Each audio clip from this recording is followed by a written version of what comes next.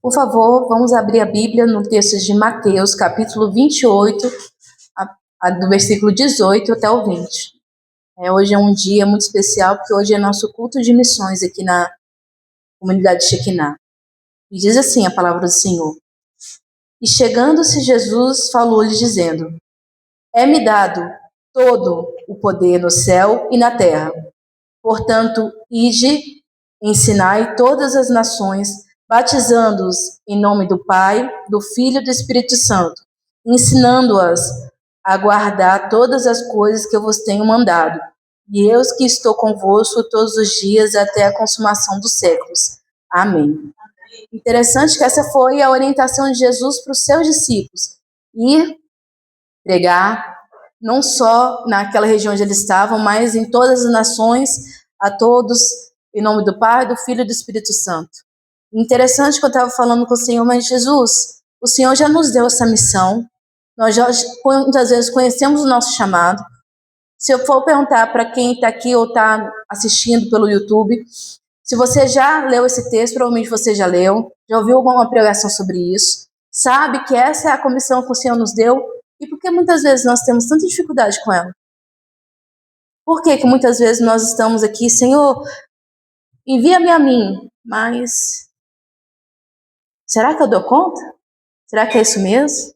Jesus, se eu tenho certeza que desde o jeito você quer falar comigo, acho melhor fazer isso não, porque vai que eu faço e não é o que Jesus quer, do jeito que Ele quer, como Ele quer, e aí começa.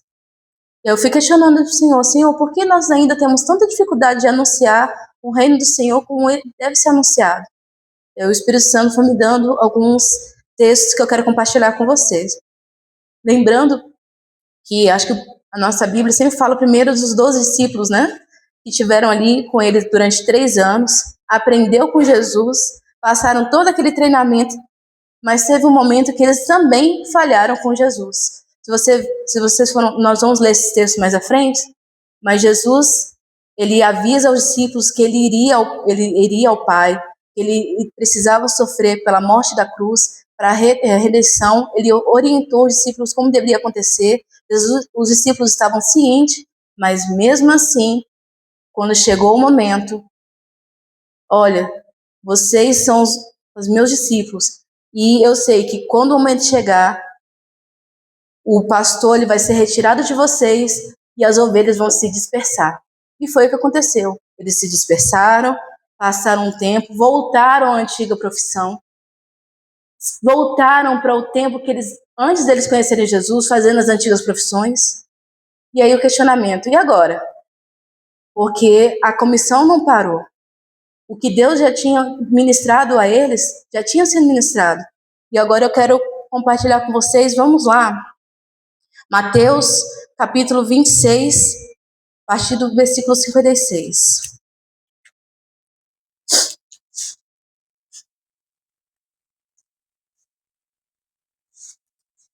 E Pedro o seguiu de longe até o pátio do sumo sacerdote, e entrando assentou-se entre os criados para ver o fim. Ora, os príncipes dos sacerdotes, os anciões e todos os do conselho buscavam falso testemunho contra Jesus, para poderem dar-lhe a morte. E se você for continuar nesse texto, lá no versículo 69, Pedro ele está ali, assentado do lado de fora do pátio, e aí pessoas começam a identificá-lo. Olha, você não era aquele que andava com Jesus? Olha, você não é aquele que... Você fala que nem ele. Olha, eu já vi você andando com ele. E aí Pedro faz o quê? Nega Jesus como Jesus já tinha falado que ele ia fazer. Ou seja, não foi nada novo para Pedro, porque Jesus já tinha falado que ele seria peneirado por Satanás. Ele já tinha dito para Jesus, Jesus, por ti eu morro, se precisar eu vou para a cruz com você. Pedro, você vai me negar essa noite antes do galo canto 3 vezes. 3 vezes. E assim como Jesus falou, aconteceu. Mas o que mais me enche de alegria com Jesus, que Jesus já sabia o que Pedro ia fazer, falou para Pedro como ia acontecer, e mesmo assim, se você nós vamos olhar mais à frente, que Jesus ele não desiste dos 12 discípulos. Porque os discípulos teve um momento que chegaram a desistir do próprio Jesus. Vamos continuar? E aí eu acho interessante que se nós vemos Jesus, ele comissiona os 12 discípulos em vários momentos. Eu quero ler com vocês agora o texto que está lá em... Peraí. Okay. Marcos capítulo 6, a partir do versículo 7.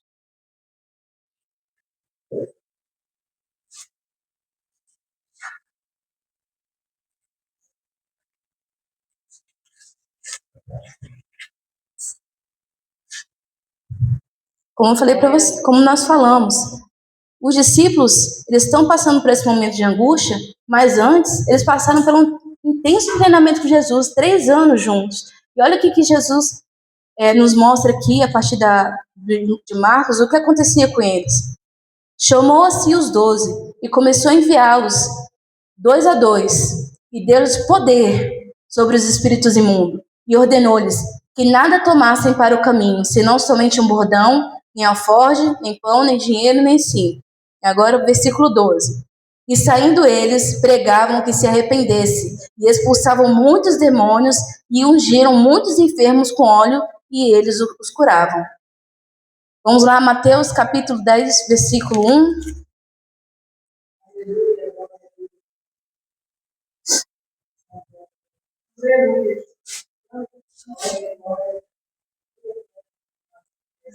E diz assim: e chamando os 12 discípulos, deu-lhes poder poder sobre os espíritos imundos, para os expulsarem, para curarem toda enfermidade e todo mal. E aí ele vai citando aqui os nomes dos discípulos.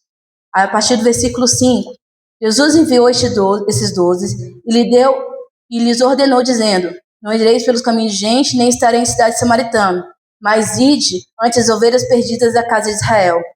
E indo pregar, dizendo: é chegado o reino dos céus, curai enfermos, limpai leprosos, ressuscitai mortos, expulsai demônios, de graça recebestes, de graça dai. E agora, para finalizar, Lucas, capítulo 9, de 1 a 6.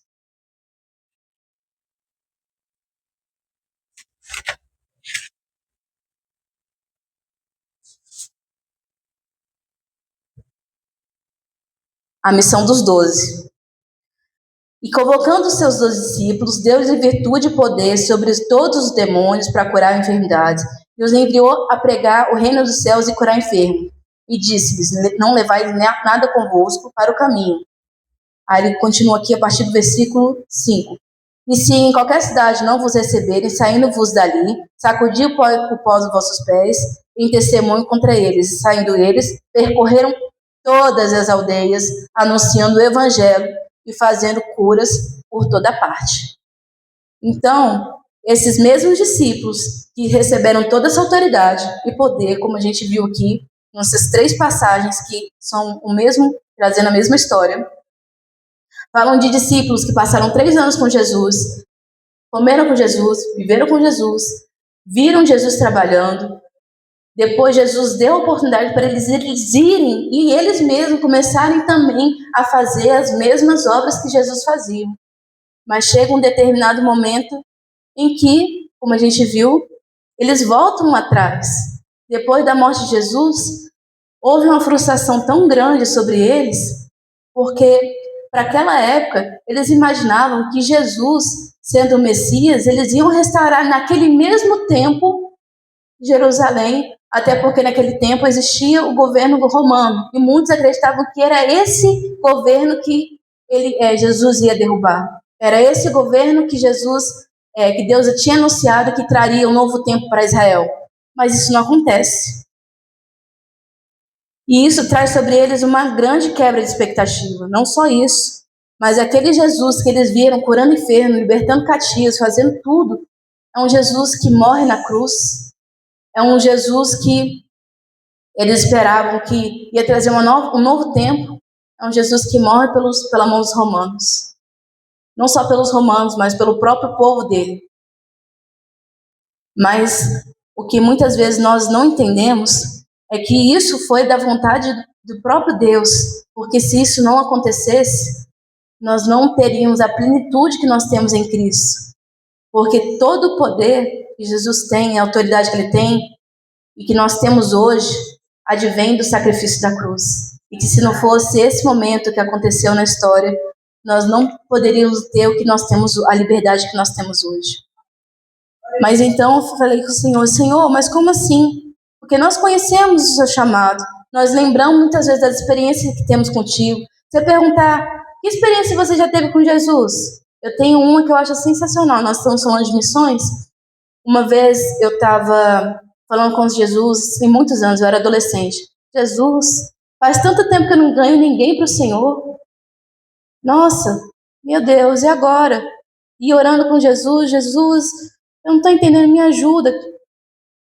Aí não sei porque me deu vontade de fazer uma visita para uma pessoa, uma senhora que eu gosto muito. E aí ela morava perto da minha casa. E nesse dia, depois de ter orando isso ao Senhor, falei, Jesus, não tenho ganhado ninguém para o Senhor, não tenho feito nada para o teu reino, e agora? Me ajuda, Senhor, me dá discernimento, o que está acontecendo? Cheguei na casa dela, oi fulana, tudo bem? Vim te fazer uma visita. E aí ela foi conversando comigo, a gente foi interagindo, e aí a gente conversando. Chegou alguém na casa dela. Oi fulana, tudo bem? Eu tô com a visita, eu tô com a Bianca aqui. Deixa eu te apresentar a Bianca.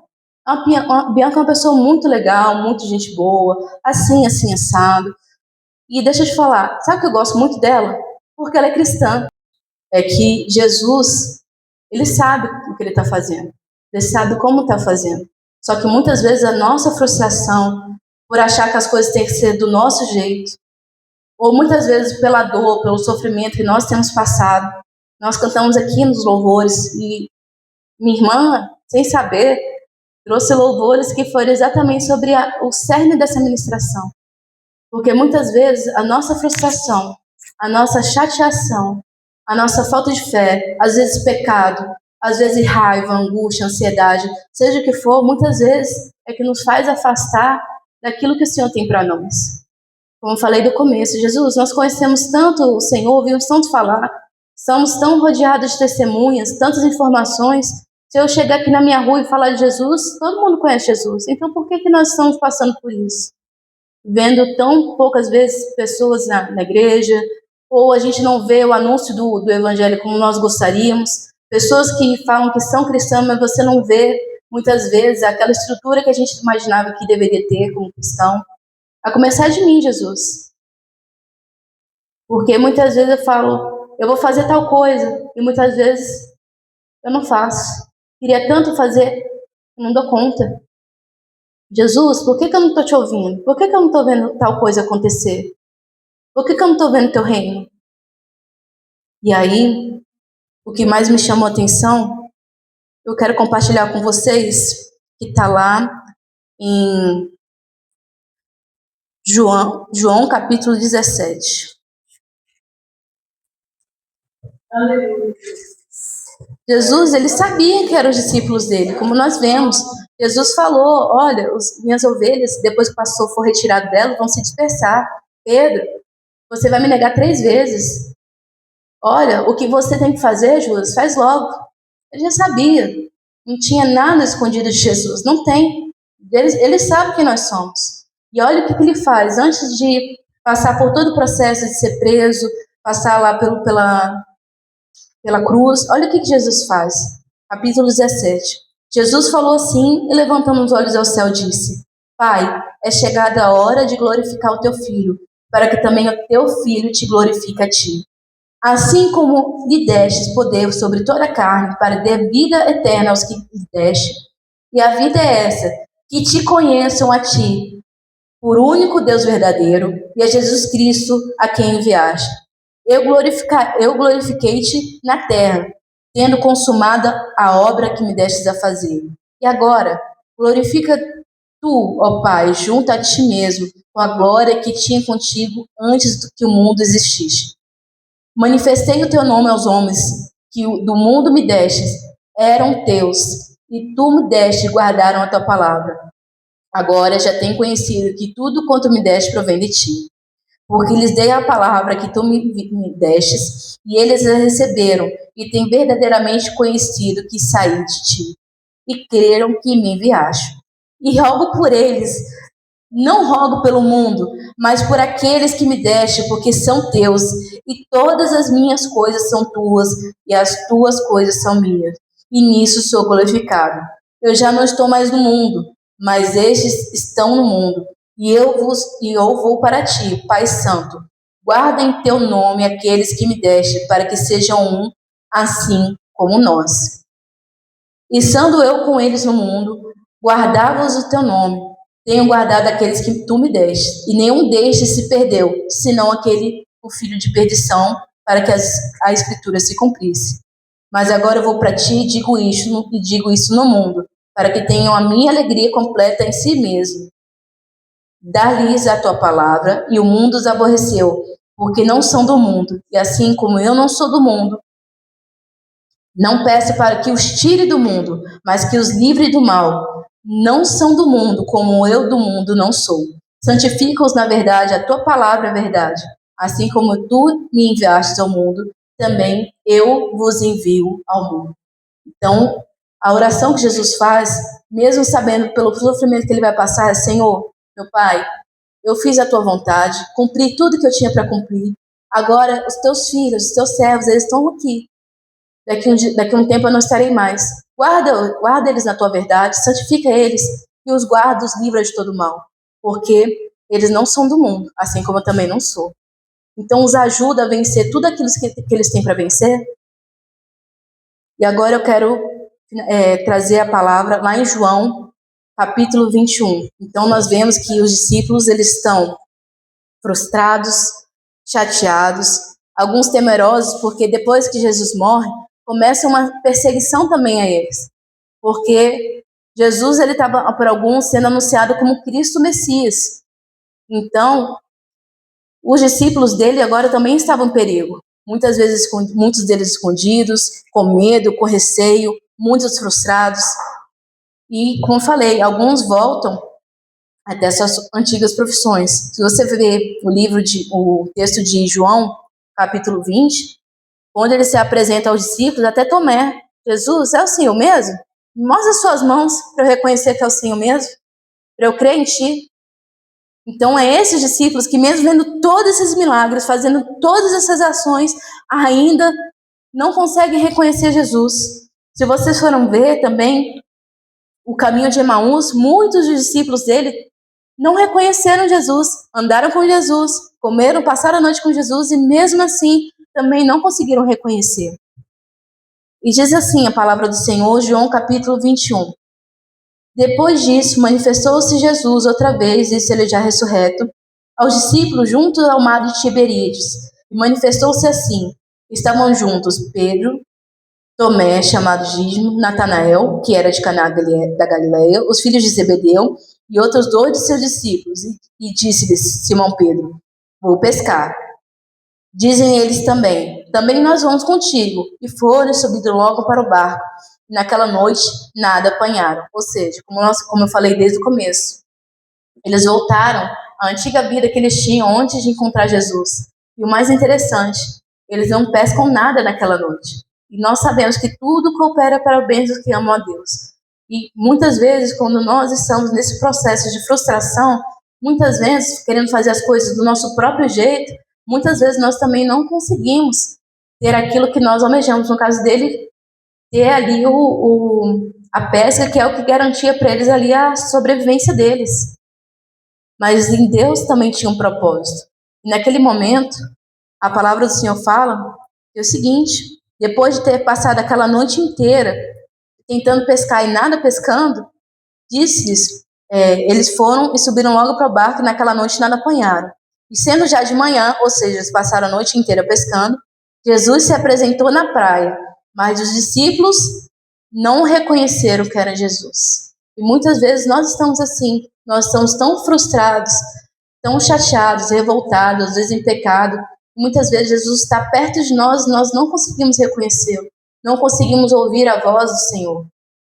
E muitas vezes voltamos para a nossa antiga vida antes de conhecer o próprio Senhor. pelo medo, pela frustração, muitas vezes pela dificuldade do processo que nós estamos passando. O que é conhecido? Eu sei ser pescador. Deixa eu voltar para o que eu era antes. Isso é porque... E agora, o que vai ser da minha vida? Jesus já morreu? Ele ressuscitou, mas como é que vai ser daqui para frente? Então, eu vou voltar para a minha vida antiga. E às vezes nós fazemos isso. Mas o mais incrível de tudo isso é que Jesus, ele não nos abandona. E interessante que, do mesmo jeito que Jesus fez com Pedro, quando ele estava passando pela frustração de estar precisando e não ter a sua sobrevivência, lá no texto, quando ele encontra Jesus, está acontecendo agora de novo. Porque foi assim que Pedro encontrou Jesus, depois de uma frustração por não ter conseguido pescar nada a noite inteira. Então, na primeira vez, Jesus fala: lançai a rede para a banda da direita do barco, e achareis e lançarei lá, pois e já não podiam tirar pela multidão de peixes. Nós já ouvimos essa história em algum lugar, não foi? Então aquele discípulo a quem Jesus amava disse a Pedro: é o Senhor. Cingiu-se, e quando é o Senhor. E quando Simão Pedro viu que era o Senhor, cingiu-se com a túnica porque estava nu e lançou-se ao mar. E os outros discípulos foram com ele com o barco, porque não estavam distantes da terra, senão quase 200 côvados, levando a rede cheia de peixes. Logo que desceram para a terra, viram ali brasas e um peixe posto em cima, e o pão. E disse-lhe Jesus: trazei dos peixes que agora apanhaste. Simão Pedro subiu e puxou a rede para a terra, cheio de 153 grandes peixes. Nós já vimos essa história alguma vez, não é? E disse-lhe Jesus: vinde, jantai. E nenhum dos discípulos ousava lhes perguntar: quem és tu? Sabendo que era o Senhor. E chegou Jesus e tomou o pão e deu em semelhante o peixe. E já na terceira vez que Jesus se manifestava, já era a terceira vez que Jesus se manifestava aos discípulos depois de ter ressuscitado os mortos. E depois de terem jantado com Jesus, disse Simão Pedro: Simão, filho de Jonas, ama-me mais do que estes? E ele respondeu: sim, Senhor, tu sabes que eu te amo. E disse-lhes: apacenta os meus cordeiros. Tornou a dizer a segunda vez: Simão, filho de Jonas, ama-me? Disse-lhe: sim, Senhor, tu sabes que eu te amo. E disse-lhe: apacenta as minhas ovelhas. E disse a terceira vez: Simão, filho de Jonas, ama-me? Simão se entristeceu por ter lhe dito a terceira vez: ama-me? E disse-lhe: Senhor, tu sabes de tudo. Tu sabes que eu te amo. Jesus lhe disse: apacenta as minhas ovelhas. Então é incrível como Jesus, sabendo quem nós somos e das nossas fraquezas, das nossas dificuldades, ele não desiste de nós. E mostrou em sinal, mais uma vez, indo buscar os seus discípulos, que já estavam muitos frustrados, chateados, decepcionados, até porque muitos deles negaram Jesus, voltaram atrás. Então eles sabiam que eles estavam chateados, frustrados. Mas Jesus, sabendo da sua infinita misericórdia, os voltou, os resgatou e depois transformou o coração deles. E isso é tão interessante porque Jesus já tinha os comissionado, mas é a partir daqui, quando eles são totalmente restaurados, é que começa a grande comissão deles de verdade. E interessante, eu quero finalizar com mais uma informação que eu achei interessantíssima. Jesus já tinha dado toda a orientação, já tinha feito tudo o que precisava fazer, até esse ponto que nós já entendemos que ele restaurou o coração dos discípulos dele, mas ainda faltava uma coisa.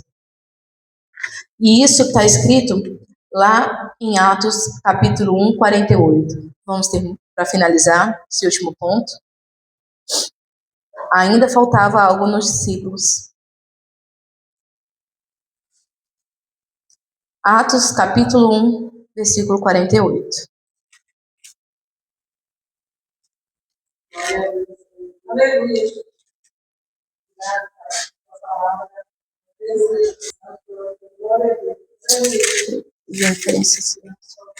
Amém, Deus.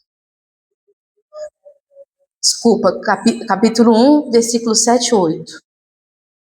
E disse-lhes: Não vos pertence saber os tempos ou as estações que o Pai estabeleceu sobre o próprio poder, mas recebereis virtude do Espírito Santo no que há de vir sobre vós, e ser-me-eis testemunhas, tanto em Jerusalém como em toda a Judéia e Samaria e até os confins da terra. E quando dizia isso, vendo ele, foi levado nas alturas e em nuvem recebeu, ocultando aos seus olhos. E estando fito com os olhos no céu, enquanto ele subia, eis que junto dele se puseram 2 varões e lhe disseram: Varões galileus, por que estáis olhando para o céu? Esse Jesus que dentre vós foi recebido em cima do céu, há de vir, assim como para o céu o vistes ir. Então voltaram para Jerusalém, do monte chamado das Oliveiras, o qual estava perto de Jerusalém, à distância do caminho de um sábado. Ou seja, nós vimos até aqui que Jesus os treinou, os orientou, falou tudo o que eles precisavam fazer. Eles passaram pela frustração, Jesus foi lá, restaurou a vida deles. Mas ainda faltava algo acontecer, que foi a descida do Espírito Santo para os conduzir sobre todas as coisas. Então, eu entendi com Jesus, nas Escrituras, aquilo que ele tem nos orientado, que nós precisamos, primeiramente, conhecer quem nós somos em Cristo. Nós temos falado aqui falamos no mês passado sobre identidade. Quando nós entendemos quem nós somos em Cristo, aquilo que ele fez por nós, e nós somos curados, restaurados por Cristo, e somos totalmente libertos de todo cativeiro, seja físico, emocional, tudo que precisa ser curado em nós, então nós estamos prontas com a ajuda do Espírito Santo, que é quem nos guia, como falar, como fazer, é que nós estamos preparados para fazer a grande comissão. E se nós formos continuar no texto de Atos, capítulo 4, versículo 8, nós vemos aqui que Pedro, aquele que negou Jesus, que ficou triste porque Jesus perguntou 3 vezes para ele se ele o amava o suficiente para apacentar as suas ovelhas, Pedro, com o Espírito Santo, diz o seguinte: Então Pedro, cheio do Espírito Santo, lhes disse: Principais do povo, e vós anciãos de Israel, visto que hoje somos interrogados a ser do benefício feito a um homem enfermo de modo como ele foi curado, seja conhecido de vós e de todos o povo de Israel, que em nome de Jesus, o Nazareno, aquele que vós crucificaste, a quem Deus ressuscitou dos mortos, e em nome desse é quem está, em nome deste é quem este está, são diante de vós. Ele é a pedra que foi rejeitada por vós, os edificadores, a qual foi posta por cabeça de esquina. E nenhum outro há salvação, porque também debaixo do céu nenhum outro nome há dado a homens ao qual devamos ser salvos. Se vocês forem ver, a partir da descida do Espírito Santo, capítulo 2, esse mesmo Pedro, que está aqui já cheio do Espírito Santo, na sua primeira pregação, mais de 3.000 pessoas são curadas. Então, aquele que rejeitou foi tratado, curado, liberto, e aquele que rejeitou foi um dos maiores anunciadores da palavra do Senhor, um daqueles que mais trouxe almas ao Senhor, desde a sua primeira pregação, com a ajuda do Senhor Jesus e do Espírito Santo. Então, como eu falei, hoje é o culto de missões. Eu não sei como nós estamos hoje, como eu estou, como você está, mas eu sei que eu preciso de Jesus. Nós precisamos de Jesus, porque sem Ele, nada pode ser feito. Sem a ajuda do Espírito Santo nos orientando como nós devemos agir, nós seremos muitas vezes como lata, que até pode fazer algum barulho, mas não vai passar disso. Nós precisamos ser cheios, vasos cheios do Espírito Santo, cheios do poder da unção, para que possamos fazer muito mais. E nós, em nome de Jesus, seremos sim restaurados, curados, e veremos ainda nesse tempo porque Jesus nos trouxe para esse tempo, então é para esse tempo que Ele quer que nós façamos o ID. Porque isso que nós lembramos lá em Mateus capítulo 28, não terminou com os apóstolos. Continua conosco e Jesus conta comigo e com você. Então, se for necessário, que hoje possa ser a noite do seu encontro com Jesus, para que Ele possa restaurar como Ele restaurou os discípulos. E se é necessário você ter ainda o batismo com o Espírito Santo, que essa seja a noite que você peça isso. E que em nome de Jesus nós possamos ver sinais e maravilhas em nosso meio. Amém? E eu agradeço a minha oportunidade.